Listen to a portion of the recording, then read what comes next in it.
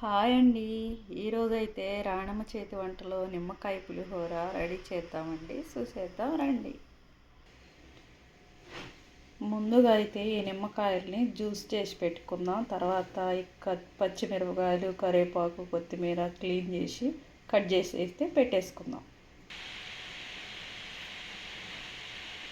అన్నీ అయితే రెడీ చేసి పెట్టుకున్నామండి. ఇప్పుడు ముందుగా స్టవ్ ఆన్ చేసుకుందాం.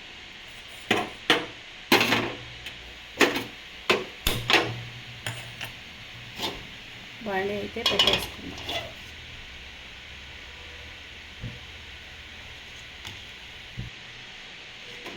కళాయి అయితే వేడెక్కిందండి. ఆయిల్ పోసేసుకుందాం.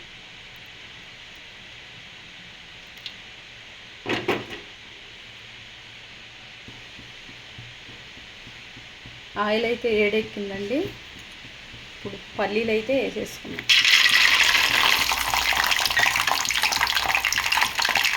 పచ్చెనపప్పు, ఆవాలు ఇవి కూడా ఇందులో వేసేసుకుందాం.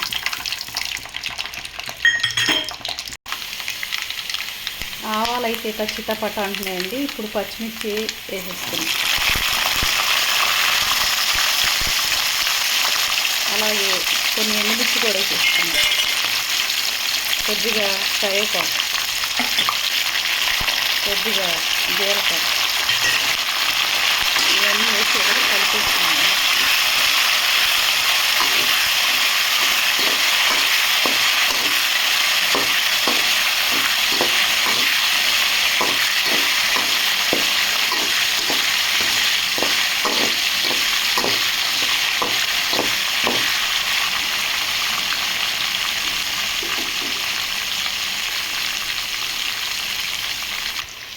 ఇవన్నీ చక్కగా దోరగా వేగాయండి. ఇప్పుడు ఇవి తీసి ముందుగా ఉడికించి పెట్టిన రైస్లోకి అయితే ఇవి వేసేసుకుందాం.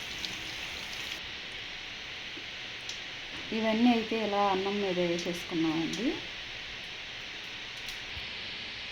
అదే కడాయిలో కొంచెం ఆయిల్ అయితే పోసేసుకున్నాం. ఆయిల్ అయితే పోసేసామండి. దీనిలో కొంచెం నిమ్మరసం వేసి ఉడికించుకున్నాం.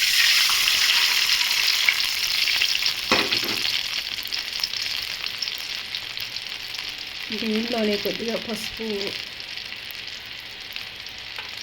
సరిపడా ఉప్పు పులుసులోనే వేసి ఉడికించుకున్నాం.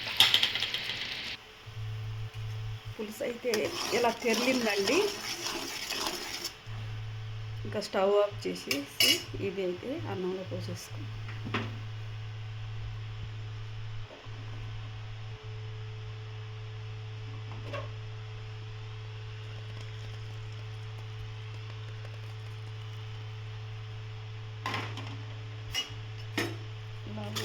మొత్తం అయితే ఇలా కలిపేసుకున్నామండి.